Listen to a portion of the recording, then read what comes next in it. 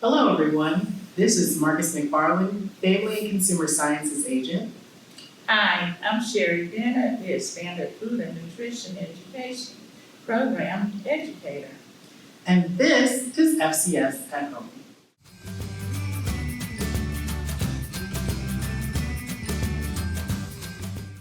Today, we're going to talk about some great healthy habits for the holidays. Ooh, the holidays are upon us. Exactly. And one of the things that's really tricky sometimes is our knowledge about helping to portion our foods. So, Sherry, I think a lot about when I'm going to a holiday meal with my family, and I just overdo my plate sometimes. I know. Whenever you get there and there's a whole smorgasbord of this and that, everything looks so tasty. Exactly. And it can just be a little bit overwhelming because it's just like, I want all this food. But what's a great thing to do is to make sure that we're kind of keeping our plate with better portions. And what I like to think about is using my plate. So my plate is kind of a new way of thinking of the traditional food pyramid that we may have known. But what's great is it shows you an image of a plate and gives you kind of those food groups and how you should size your plate to be. So, on my plate, it'll say maybe eating more vegetables and a little bit more grains, but while keeping a little bit manageable size of our proteins, like our meats, and then our fruits. So it's a great way to help you figure out how your plate should look. One of the things that I like to think about is when I'm going to a Thanksgiving dinner. So maybe I'll put a little bit of turkey meat this time for the holidays. And then putting some more of those grains like rice or some of those great vegetables like beans or any type of those greens. Oh yes, sir. I love those greens, especially the collard greens. Oh yes, they're definitely a favorite at my house. Oh yeah.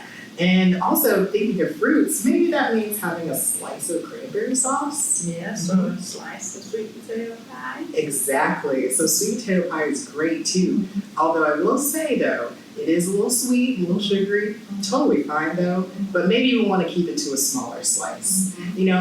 It's very important to remember that during the holidays, we can enjoy our food. We can enjoy the fellowship with our family. So it's okay to have some of those things that may seem a little bit not too healthy, but as long as we're portioning and choosing smaller portions, it'll be totally fine. Sounds wonderful, and that way we can enjoy more if we keep it in portion. Exactly. Another great idea that I think about sometimes too is, say I did overdo my plate, this year. Maybe I got a little too crazy and I was thinking I could eat all this mac and cheese. Oh yeah. But what I can do is finish what I can in a smaller amount, still following that portion control, but then whatever I have left over, save for tomorrow. Yes. Exactly. Wrap it up and save for tomorrow. Some of those ingredients you can use for another dish. Oh yeah. And I like to call those, instead of leftovers, doing do-overs. So one of the recipes that we're actually going to do later on is a delicious quiche using that turkey meat from maybe Thanksgiving Day, as well as the collard greens. Okay, sounds good. Yeah. Sounds great. Another thing that we need to think about when we're talking about some healthy habits is watching our sugary drinks. Oh yes. Now Marcus, over the holidays, we do a lot of parties, a lot of office gatherings, and get together where there's punch, soda, alcohol, non-alcohol, all types of beverages. We need to remember to make smart drink choices. And also, don't forget to include the water in. We need to keep our water routine going even through the holidays. Exactly. One of my things that I like to do is every holiday party or Christmas party, one of my aunts or even my grandparents would make this delicious lemonade, and it's just one of my favorite drinks ever. But what I would do is maybe have a cup with my dinner that we have that night, and then kind of washing it out with some good cups of water for the rest of the evening. Yes. Water is always a good follow-up. Well, one of the drinks that's very popular during the holiday is eggnog. Ooh, Now, yes. you know, a lot of folks get creative and make their own. You can buy it now in the store. But I have a recipe that I like to share that's really simple, really easy, and it actually is an eggless eggnog. Ooh. Okay, so all you need is a half gallon of milk, cold milk, divided into half, one 3.4 ounce package of instant French vanilla pudding, a quarter cup of sugar, 2 teaspoons of vanilla, a half teaspoon of cinnamon, and a half teaspoon of ground nutmeg. And Marcus, I know you love nutmeg. Oh, yes. In a large bowl, you're gonna mix 3/4 cup of the milk. And then you're gonna also add your pudding mix in there and whisk it up real good. And then you're gonna whisk in your vanilla, your sugar, your cinnamon, and your nutmeg. And then we're gonna stir in the remaining milk. And we're just gonna refrigerate it until we're ready to serve. Absolutely delicious. It tastes just like the store-bought. We don't have to worry about the food safety issues with making our own eggnog. And, you know, it's just wonderful. Yeah. You know, I think a lot of the times how we always make eggnog for the holidays, so I'm gonna give that recipe a try. Do something a little different. Yeah. And I'll definitely be a lot safer for my family who comes and drinks it. Yes. Sounds good. So I say, why don't we also get started on our do-over recipe for that quiche? Hey, let's go. Alrighty. All right, and now it's time to make our delicious post-holiday breakfast quiche. Are you excited? Yes, I am. All right, so we're gonna go over some of the ingredients and then Sherry's gonna help us out with making our delicious little quiche. So what we're gonna start off with is we have some lovely turkey that we have left over from a holiday dinner. We also have some leftover collards. We've got a little bit of chopped carrot that we have. We also have some chopped onions, and then just to give it some more flavor, some shredded cheese that we're gonna mix in. Oh, I love that cheese. Exactly. And we're gonna use 2 seasonings. We're just gonna use some pepper to taste and about half a teaspoon of garlic powder. And so, you know, we have a lot of ingredients that we're gonna mix in, but we gotta make sure we have our eggs and our milk. So we're also gonna use about 2 eggs and then a little bit of low-fat milk for our ingredients. Okay. All right, so first of all, we're going to crack our eggs separately. And we're doing this because we want to make sure that our eggs are nice and fresh. Okay. That egg looks perfect. And this egg looks perfect. Awesome. Okay. So next, Marcus, we're gonna add our milk, which is 1% fat. So this is a very healthy milk. And we're using about 1/3 of a cup. Okay? Sounds good. Sounds good. And I'm just gonna whisk this a little bit. And Marcus, can you add some garlic and black pepper to the mixture Absolutely. so we can get our seasoning through and through? I'm gonna add a little bit in there Okay. and then a little bit of our garlic powder. Mm-hmm. And that garlic powder is gonna go great with that onion. Oh yeah. Mm-hmm. And if you love garlic powder, go for it. Mm-hmm. You don't have to be shy. And I noticed we also weren't using any salt in our ingredients, Mhm. right? That is correct. Exactly. And that's what I love about this recipe. You don't have to add any salt, which is great if you're on a low sodium diet. Exactly.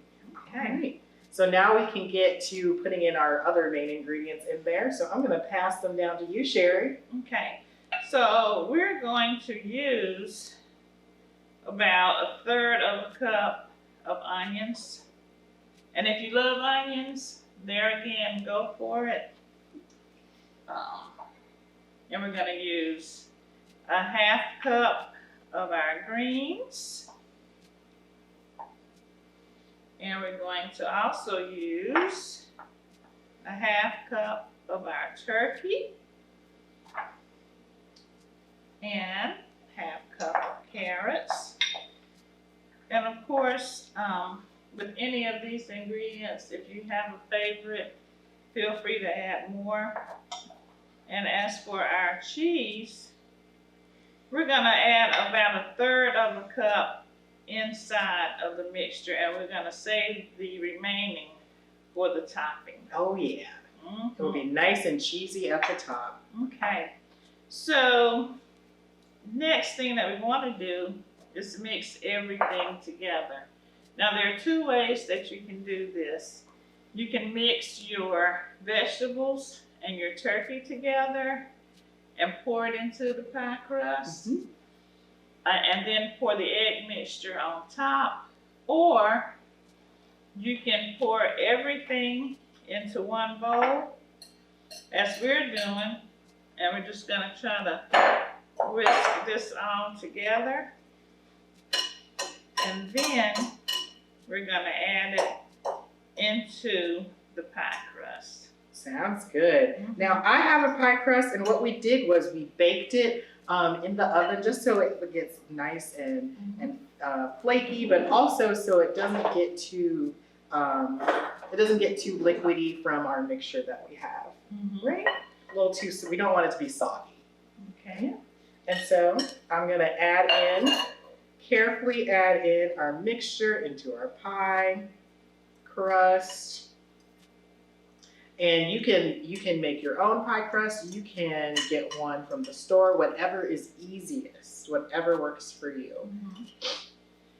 And the thing that I like about this recipe, Marcus, is the fact that we're basically getting all the food groups in one dish. Exactly. We're getting some vegetables, we're getting some protein, we're getting a little bit of dairy from our cheese, so we're getting a really good combination of food groups. And so I'm gonna just put a little bit, lightly touch it with a little bit of cheese at the top, just so it comes out bubbly and gooey. And did you say it looks pretty good? I think it does. Awesome. So now we're gonna carefully take our pie crust, and we're going to put it into our oven and let it bake at 350 degrees for about 30 to 40 minutes. Sounds good. The wonderful thing about quiche is, as long as you've got some eggs, a little bit of milk, and a pie crust, and you can also make this crustless, you can use your leftovers. It's just a great way to use leftovers throughout the year. Exactly. It's a great way to just get rid of any of those extra ingredients that you may have from the night before, from any dinner. It doesn't have to be like a holiday dinner. All right, so let's check out our quiche, and it looks so melty and bubbly and so good, but we want to make sure that we check the temperature of it first. So make sure that when we have any type of egg dish like a quiche, that you want the temperature internal to be 160 degrees. So, but it looks really great, delicious, bubbly and gooey. I love quiche, it's such a good recipe. Thank you so much for sharing this recipe with us, Sherry. Oh, thank you. All right, and for any more tips, tricks, and recipe from our Family and Consumer Sciences program or our FNET program, visit our county extension website at union.ces.ncsu.edu. Happy holidays!